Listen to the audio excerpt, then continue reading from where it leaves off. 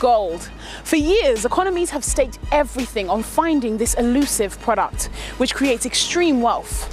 For the lucky few who have black gold in abundance, it can be a weapon to transform the lives of its people and set them on course for economic prosperity. My name is Hyde, and this is My Worst Day on Forbes Africa TV. In 1970, the end of the Biafran War coincided with the rise in world oil price, and Nigeria was able to reach instant riches from its oil production. Ironically, a couple of years earlier, two organizations returned their oil license because they did not find oil of commercial value in Nigeria. For our next entrepreneur, when opportunity came knocking, he grabbed it with both hands. Let's find out who he is.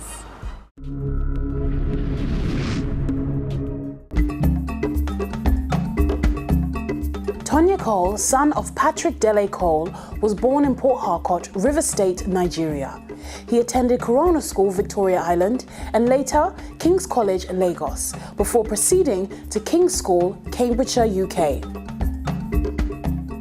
Tonye Cole worked as an architect for frontline Brazilian architectural firm Grupo Quatro SA, where he was involved in the design and implementation of urban planning and city development of Palmas, the capital city of the newly created Tocantins. Upon his return to Nigeria, Tonye Cole was recruited in 1993 as Director of Operations for EMSA SA, a Brazilian civil engineering company, the 7th largest engineering firm in Brazil that was awarded the World Bank financed water project for the Lagos State Water Corporation. The company, in a joint venture with Sakamori Limited, successfully executed 3 World Bank-sponsored contracts valued at $58 million and 1 ADB-sponsored contract for Anambra State Water Corporation valued at $15 million.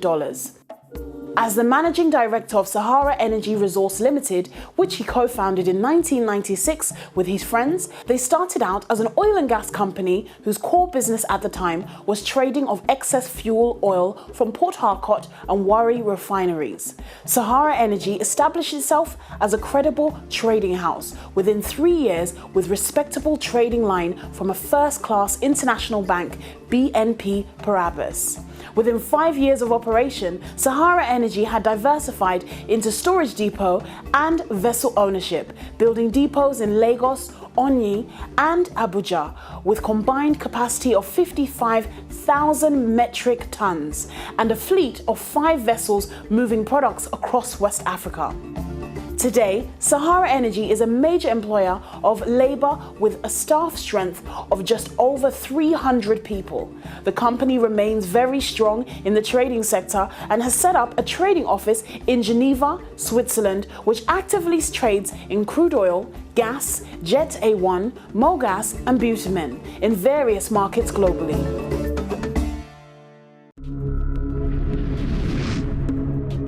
Welcome to My Worst Day on Forbes Africa TV, and today we're joined with the industrious Mr. Tonye Cole. Thank you for joining us on My Worst Day. You're most welcome. Welcome, please. Many people are familiar with your powerhouse brand, but let us start off by finding out more about the man behind this success story. Who is Mr. Tonye Cole? Now that's not a question I get asked often, and when I think about that question and how best to answer it, I'd like to say that I'm a very uncomplicated person, although I'm not sure my wife would agree, but I try to be very uncomplicated, simple. I take life as it is, as it comes. I know that every day is important and we have to make sure that there is a future that we must attain. I like to reach out. I kind of think I'm a people's person, but I reach out slowly. I reach out to people. I'm open to trust, but a lot of times you get disappointed as well by people you trust. And when that happens, then it just kills me. Your reputation in the energy sector clearly precedes you, but you spent a lot of your pre-energy sector professional life with frontline Brazilian architectural firm Grupo Quatro, designing and implementing urban planning and city development in Palmas, Brazil. Now, what was life like for you around that time? You know, I keep saying that everything that I learned today hands-on, right, architecture taught me. Architecture taught me how to present, it taught me how to gain a confidence in going out, in speaking to people. It taught me hard work. And so architecture prepared me for life. It taught me to dream, it taught me to see things that are in the ethereal and pull it down and make reality out of it. So it's building, it's about hands work. And Brazil, for me, in Tocantins, was one of those things. Here you found virgin land. It was a brand new city, and we worked on the urban development, designed a couple of the government buildings there, and went into this space where there was absolutely nothing. And you started building things from that. And that was, for me, it was a life-changing experience. Now, when you recount your experiences in the architectural space, it sounds like it was very fruitful and it helped develop you not only in a professional sense, but in a personal sense. But I'd like you to talk to us about the move into the oil sector, because the indigenous Sahara Group, was a huge venture, which turned out to be the benchmark of very, very, very strong oil brands. So what made you embark on that transition? I had this spontaneous knack about me. And starting off in architecture, I started working in Brazil, and then 2 years later I came back to Nigeria. While I was here in Nigeria, I got a call one day, what do you think about running the operations of a company that was coming to Nigeria for the first time, had won a World Bank project, and was going into civil engineering, pipelines, something I'd never ever heard of before. I was being employed as an expatriate in Nigeria, car, driver, office, paid in dollars. There was a guest house in Ikoyi. I was 23 or 24. So I was a young man, right, with an executive salary, able to travel everywhere to do things differently. Now, this made a lot of difference to me. 3 years later, I was now comfortable. 3 years later, there was an upheaval in Nigeria called June 12th. Riots everywhere. Everywhere was being thrown into beds. And my Brazilian people carried their bags and they left. One day I was employed, the next day I was unemployed. And thereafter, EMSA left. Okay. My partner today had been coming to my office asking that there's this business in oil and gas. It's a new business. There's an opportunity there. Why don't we set up this together? And I was like, you are there, out there hustling. I have a cool office, air conditioning, driver, everything going. Why do I need to hustle? But when they left, everything, my reality just came back. It was like, are you going to start looking for another job, or are you going to go into this? And that's how we came together and set up Sahara. Now, I'm sure you'll agree, Nigeria remains one of the foremost emerging frontiers for fast-paced economic growth and development. How significant is the role of oil in that growth? There's something about oil and Nigeria, right? Long before I was born, Nigeria seemed to have found oil, discovered oil, and was working around oil. It's central to a lot of things we do. Petroleum, cars, jet, everything seems to be surrounded around this commodity. And so it's a commodity that is vital to us. But the key thing here was that when we came in, Nigerian companies were not in this business at all. They were not in the business of trading. They were not in the business of exploration. They were not in the business of oil, something that was so critical to Nigeria. When you talked about someone in that business then, the most they would be were petrol station owners. They owned petrol stations, and they felt that by owning a petrol station, they were in the business, and they were not in the business. But because my partner had done an MBA in London and had worked closely or had interacted closely with people that were in the trading aspect of it, he knew that there was this huge business of which Nigerians were not involved at all. And so coming in, we came in about the same time as another set of Nigerian young colleagues who were in school with me, who had also come in, and we were practically the first pioneers to come into this aspect of the business.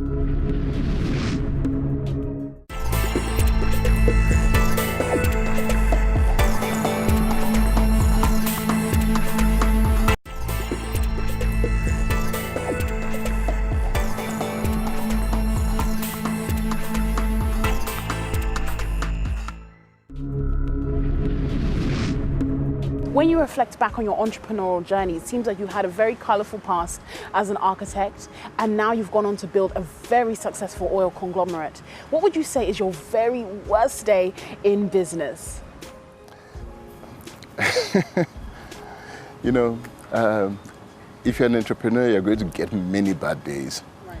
Okay, and if you're a successful one, you're going to get even more bad days.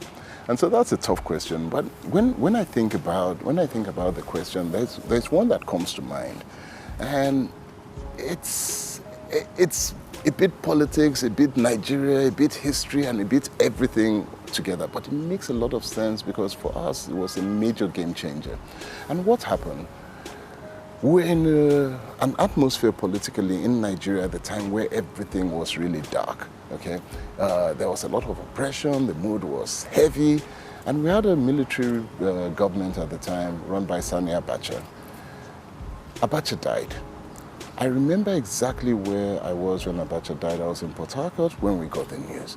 I remember people jubilating and dancing and screaming. It was as if an air of relief over, you know, this had happened.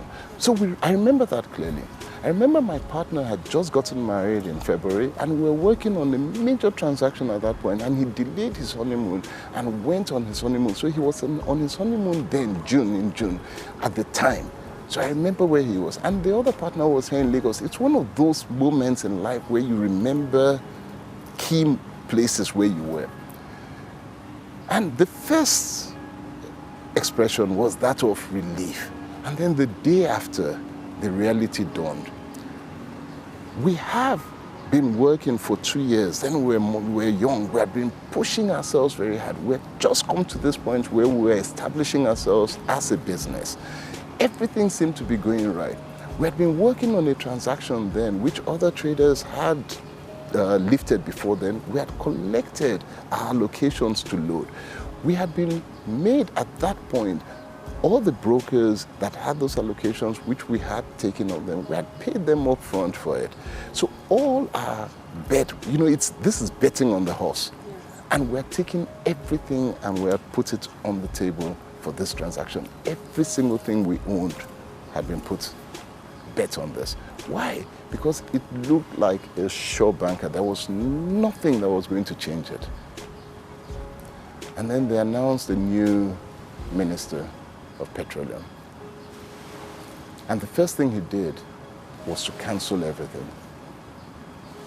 Now here we were, young men. We had worked hard for 2 years. Every sweat, everything we had earned, we had put it back in this. Everything. And everything was on the table, and it had just been cancelled. This meant we were absolutely bankrupt as a business. We were bankrupt as individuals. We had nothing left. That for me, and the reality that here we were, again, for the second time, I was now technically jobless, but this time, I owned nothing, no savings, nothing, because everything had gone. You would probably be looking at about $300,000, $400,000 thereabouts. As young people, you can imagine that this was a lot for us. It was everything we had, and it had gone. People had collected their commission, right? And they were, as we went back to them and they said, sorry, we don't know anything about this. That's your headache. It's your risk. And these are people who could make a difference, who could speak to the minister, speak to the governor. They were not interested. They were not interested, you know? But how did it change for us? What did we do when that happened? And this is where it became a life-changing experience for us. What did we do? Now we knew we had nothing to lose. Everything was gone. But the good thing was that we had records. We had the contracts. We had learned that keep records, have a contract. So all of this was legitimate. Yes, it had been cancelled, but we had records. We had records of those who we had paid, the brokers who owned them, that we had paid and collected. We had the assignments that they had given to us. So we put the file together, everything together. And we walked into the office of a man we had never met before, but it was his responsibility now to award new transactions to new people and all of that. So we walked into his office We waited, the secretary knew us, we waited patiently, myself and my partner, until he had an opportunity. People were going in and out of the office. Remember, we were very young. And so we walked into his office and we locked the door. Yes. We didn't want anyone coming in. Okay. And the man had never seen us before. So he was like, what's going on? What's going on? And we locked the door. He said, what's going on? And we said, sir, you don't know us, but we don't need anyone to disturb us. We want to put a case before you. Once we've put our case, then whatever you wish to do, do. If you want to call the security to arrest us, do so. If you want to throw us out, if you think we're madmen, do whatever you want, but hear us out. All we need 10 minutes of your time, but nobody must disturb. And I said, okay, let me hear. And then we laid everything out. We showed him all the files, what we had done. We gave him the whole story about how we came into the business, what our vision was, what our dreams were. As young people, why as Nigerians we felt we must be in this business, blah, blah, blah, and so on and so forth. When you have nothing to lose, then. So he sat down. And when we finished, he said, okay, I'm not going to answer you now. I've heard you. Leave your file and go. And come back. Let me think about it and come back and I'll see what I can do. And so we left. We didn't know whether he was going to agree. We didn't know anything, but we left. We had laid it out. We had poured everything out. We had told him the exact truth. We had nothing. We had nothing to lose. And so we left. Probably the next day or the day after, he calls us back. And he says, okay, I've looked at it. And for some reason, I like your spirit. I like you guys. So what we're going to do, I can't give this all back to you. But I guarantee you that if you're patient with me and you work with me and all of that, over a period of 1 year, I will make sure that we can restore these contracts to you, one after the other, so that you can make your way. Whew. Relationships, they're key. They're key. We got the access into his office because we had a relationship with the secretary, which we had built. And she said to us, this is a nice man. If you talk to him, he will listen. We developed a relationship with him because we connected emotionally. He could have been lying, but we connected. And that relationship, because we connected, meant that he actually delivered. And once he delivered the first one and he saw how we performed on it, he automatically knew that these are people who would perform. And so the failure of yesterday now became a tremendous success that year. If what we had was 3 before, by the end of the year, we were doing like 6 because he saw that. And that changed us. But he taught us certain things. Right. First, don't rely on one product and one country. That was all we had. Yes. And that's how we came to Ghana. But then we followed Ghana, we went to Ivory Coast. We now started looking outside of Nigeria as well. Okay. So this happened in 1998. By 1999, we were fully in Ghana and all of that. So Ghana became a story. Ivory Coast became a story. We started looking at storage. We diversified. We looked at other businesses because no longer were we going to get caught in one man, one business, one country holding your destiny. And it just changed everything for us. Now, recounting that experience, it sounds like something that will definitely shake up someone's confidence in their entrepreneurial journey. What did you learn from that experience? Failure teaches you a lot. Right. So as an entrepreneur, I don't mind failure. I'm not afraid of failure, but I must learn from it. I also believe that whatever you go for, there's a bigger purpose behind it.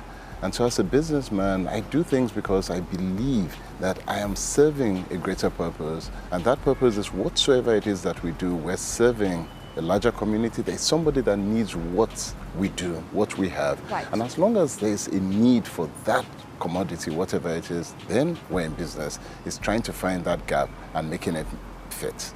I think one thing that is very clear to deduce from your story is that it was not smooth sailing, but you certainly have overcome it. Now, there's a lot of young entrepreneurs out there that are looking at your story and would love to follow in your footsteps. What advice would you give to the young entrepreneurs starting out in business? The first is relationships. I already mentioned this. It's key. don't mess around with it because it's absolutely vital. You never know who will help you along the way. That's the first. The second, whatever you do, do it diligently, do it well. It's actually a Bible quote, but it works. Because we were diligent in the first 2 years and we had done everything well, it stood as a testimony for us when the chips came down. Because when we were then given an opportunity to prove ourselves by somebody who had now put his neck out for us, we delivered because we had been diligent before. So be diligent in whatever you do. Never mess that up. Be diligent, hold your relationships right, and the last thing, keep your eyes on the goal. Wherever it is that you have decided to go, just make sure your eyes are there. And that goal comes from a God-given vision. You know, this is what you want to be. Just stay there, stay focused on it. Thank you so very much, Mr. Tonye Cole, for joining us on My Worst Day on Forbes Africa TV. You've been absolutely phenomenal. Thank you. Now, you've heard what this mogul had to say about his journey, and it's been truly inspirational. Let's find out what his closest allies had to say. My name is Dr. Sylvia Cole. I'm married to Tonye Cole. My name is Cheryl Adepoju. I'm Tonye's baby sister, if I could call myself that. My name is Emmanuel Dania, and I'm a friend to Tonye Cole. Tonye is a big softie, I must say. Very charming, caring. He's a very soft person, but at the same time very hard. The first word I think about first is discipline. I've known him for 30 years now. Well, that's a bit of a tricky question. We've known each other dispersely for many years, but we've been very close in the last 6 or 7 years. And ever since then, it's been an interesting journey. He's groomed me and many other people around me. I think he's a big mentor. Because he's the oldest and I'm the youngest, I've seen him both as a father figure and also as a brother. So what I mean by that is in the sense that for discipline, he can discipline you like a father, but then things that you might not want to go and discuss with your father, he's the one to go to. Loyalty, and highly dependable. He's an amazing person. And what I do appreciate about him in personality is the fact that he runs the servant leadership style. We look at him, he molds us and directs us in the right way. Sometimes it's not easy because he tends to chip off the bad parts of you and say, oh no, that's not right. Why don't you try and do it? But in a very nice way, he comes to it lovingly. He's an inspiration to so many young people. And his lifestyle, his whole package just portrays, you know, a good leader. And that's what endears me to the friendship that I have with him at all times. There's no denying that he's a very successful businessman. And it makes me proud to say that he's my brother. But then at the same time, he hasn't changed. He's very accessible. I have not needed him at any point in time and he has not made himself available. So in that way, he's amazing. Family always comes first for him. Living with him this long, I've been his babe for a long time. And it feels good to be loved by him. And people always come first for him before business. It's good to be one of his people. We've spent quality time together, doing a lot of projects together. And that's just, we've just seen how, you know, that relationship will blossom over time. And it's good to be groomed by him. And I know a lot of other people like me who are close to him and who have been groomed and been made better people by Tonye. Temperament. I mean, anyone who comes across Tonye, he's very calm. His demeanor is very, very easy, very warm, very loving. But I would say this for business. Africa is known, or Africans are known to be very, would I say, ostentatious with the lifestyle and the way that they spend. But he's a shrewd business person. Is someone who is more focused on investments more than spending. And I think that's a quality that I really appreciate and admire in him as a business person in Africa. Recessions, global financial meltdowns, depreciating currency, and plummeting revenues. The world of business can be a treacherous terrain. It requires a lot of wit and an unyielding resolve to consistently beat the odds, no matter how dire the situation may look. What would you do when your worst day strikes? My name is Hyde, and this is My Worst Day on Forbes Africa TV.